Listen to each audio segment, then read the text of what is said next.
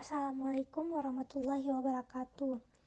Kami dari kelompok 13 Strategi Belajar Mengajar kelas 03 ingin mempresentasikan hasil kerja kelompok kami yang berjudul Mode Pembelajaran Walking Gallery dan Field Market dengan dosen pengampu Ibu Yuli Herina Hamid SPD MSI.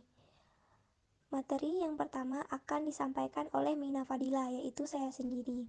Yang pertama, pengertian walking gallery.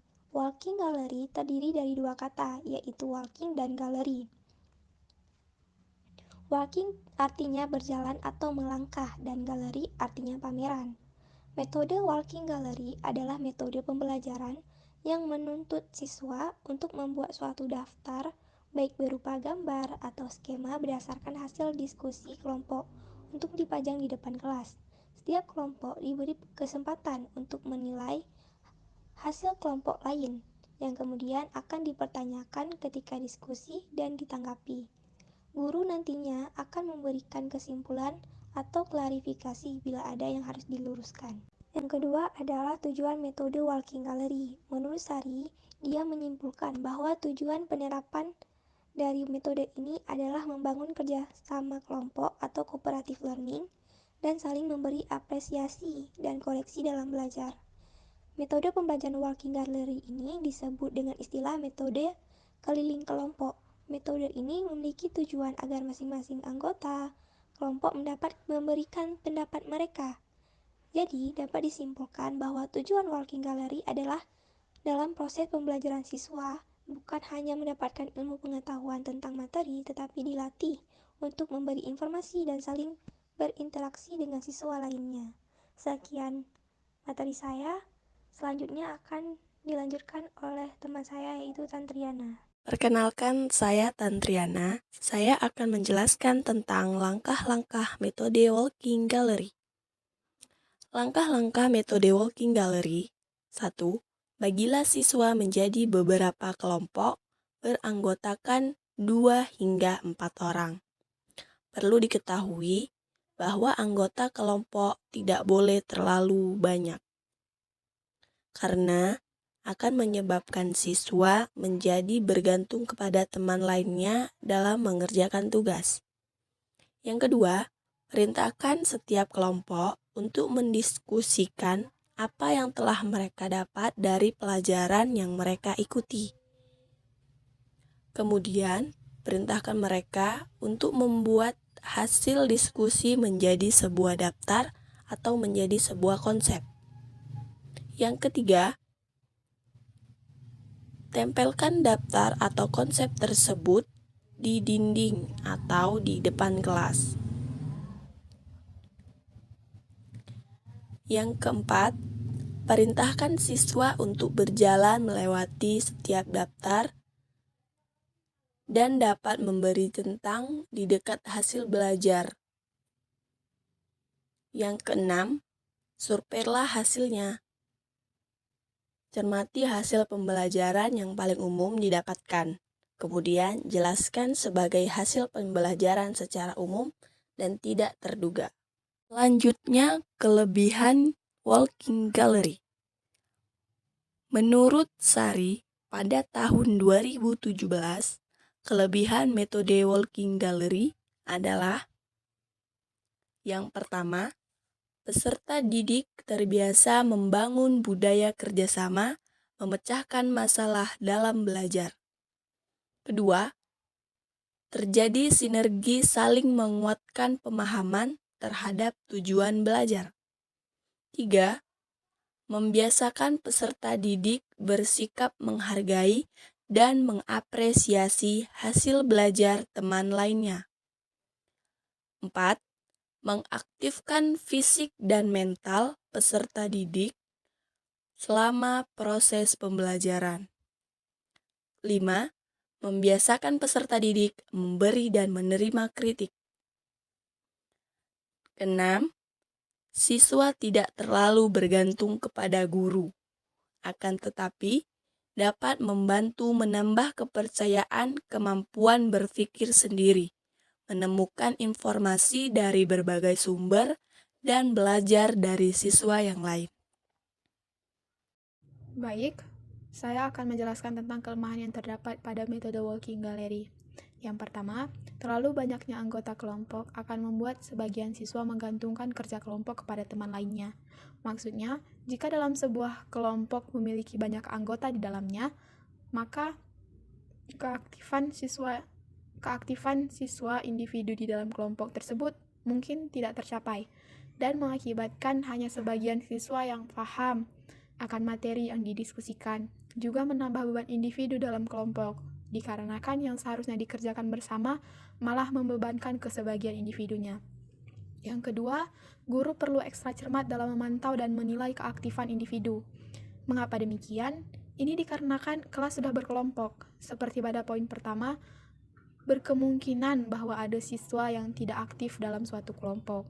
Oleh karena itu, guru perlu ekstra cermat dalam memantau dan menilai keaktifan muridnya. Yang ketiga, pengaturan kelas yang lebih rumit. Ini dikarenakan sulitnya memantaukan kegiatannya secara berkelompok.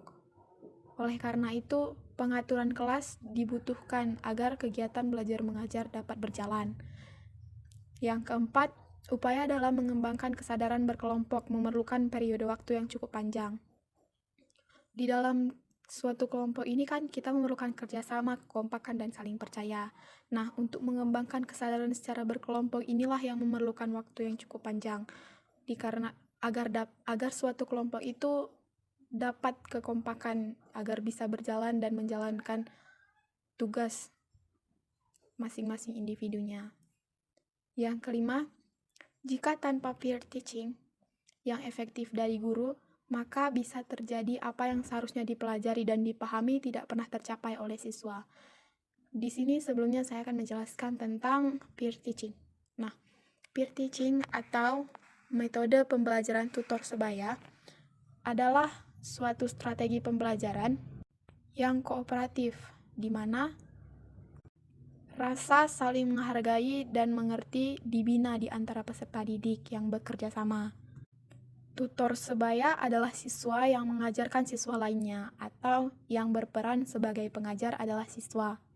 Ini dibutuhkan karena dalam sesi belajar mengajar itu, kalau bukan guru yang mencari cara agar muridnya paham apa yang dijelaskan, atau agar cara muridnya paham dan mengerti apa pembelajaran untuk hari itu, maka muridnya lah yang harus mencari cara agar paham apa yang dijelaskan oleh gurunya. Salah satunya adalah dengan metode pembelajaran tutor sebaya ini. Karena jika tidak, maka yang seharusnya dipelajari dan dipahami oleh siswa itu tidak akan pernah tercapai karena dia nggak ngerti apa yang dijelaskan. Selanjutnya saya akan menjelaskan tentang pengertian flight marketing. Flight marketing atau pemasaran lapangan adalah salah satu strategi pemasaran yang mana sebuah brand menampilkan produk secara langsung di lapangan, seperti di supermarket, event kampus, pameran, atau di lokasi umum lainnya. Bentuk pemasaran langsung biasanya berupa promosi, demo produk, dan penjualan secara langsung. Strategi flight marketing ini merupakan kegiatan pemasaran yang efektif dalam mempromosikan produk atau layanan untuk mendapatkan keuntungan bagi perusahaan. Karena seperti di pengertiannya tadi, strategi field marketing ini menampilkan produknya secara langsung di lapangan. Oleh karena itu, strategi ini efektif dalam mempromosikan produk. Kegiatan pemasaran di lapangan ini mencangkup beberapa hal, contohnya memasarkan produk kepada target yang tepat, mengumpulkan banyak testimoni pelanggan, dan melakukan demonstrasi produk. Sekian dari saya, selanjutnya akan dijelaskan oleh Nia Karisma. Perkenalkan, nama saya Nia Karisma. Saya ingin menjelaskan tentang tujuan field market. Beberapa tujuan dari field marketing seperti yang pertama, meningkatkan brand awareness. Yang kedua, meningkatkan penjualan di lokasi yang ditargetkan. Dan yang ketiga, meningkatkan engagement konsumen lokal. Selain tujuan dari field marketing, saya juga akan menjelaskan tentang fungsi field marketing. Pertama, dapat membentuk sebuah kepercayaan pada setiap pelanggan terhadap performa perusahaan atau toko dan sebuah kualitas barang yang dijual. Yang kedua, Anda dapat dengan mudah memberi informasi yang benar kepada pelanggan secara bijak. Yang ketiga, Anda dapat secara langsung menjelaskan mengenai kualitas barang hingga cara perawatannya kepada pelanggan, sehingga konsumen dapat mengetahui keterangan mengenai produk-produk tersebut.